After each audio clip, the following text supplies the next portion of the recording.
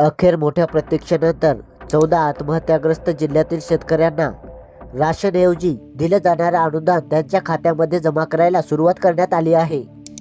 जून महिन्यामध्ये या 14 जिल्ह्यातील जवळपास 23,47,000 लाभार्थ्यांसाठी 66 कोटी रुपयांचा निधी वितरित करण्यासाठी मंजुरी देण्यात आली होती. अखेर हाच निधी लाभार्थ्यांच्या खात्यामध्ये क्रेडिट करायला सुरुवात करण्यात आली आहे.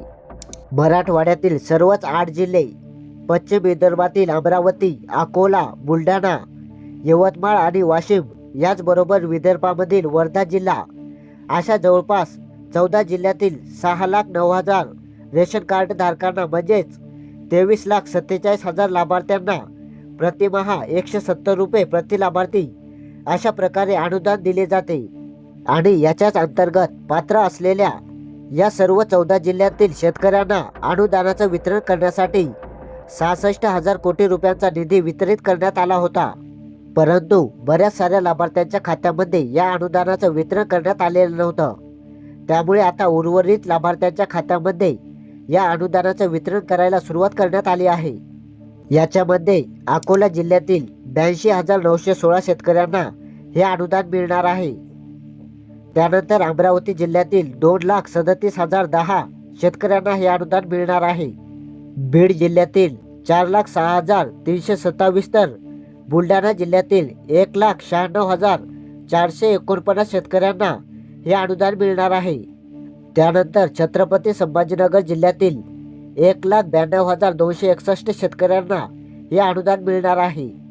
धारावीमध्ये 1,84,970 शेतकऱ्यांना तर हिंगोली जिल्ह्यामध्ये 1,38,160 शेतकऱ्यांना हे अनुदान मिळणार आहे. त्यानंतर जालना जिल्ह्यातील 87,725, लातूर जिल्ह्यातील 1,68,676 तर नांदेड जिल्ह्यातील 2,60,405 शेतकऱ्यांना हे अनुदान मिळणार आहे. त्यानंतर परभणी जिल्ह्यातील 1,76,427 शेतकऱ्यांच्या खात्यावर हे अनुदान भेटणार आहे. यानंतर वर्धा जिल्ह्यातील 5,119 शेतकऱ्यांना, वाशिम जिल्ह्यातील 27,166 शेतकऱ्यांना, तसेच यवतमाळ जिल्ह्यातील 1,83,719 शेतकऱ्यांना हे रेशनचे अनुदान भेटणार आहे. अशा प्रकारे या 14 जिल्ह्यातील जवळपास 23,47,000 लाभार्थ्यांसाठी 66 कोटी रुपयाचा निधी वितरित करण्यासाठी मंजुरी देण्यात आली होती. अखेर हाच निधी लाभार्थ्यांच्या खात्यामध्ये क्रेडिट करायला सुरुवात करण्यात आली आहे.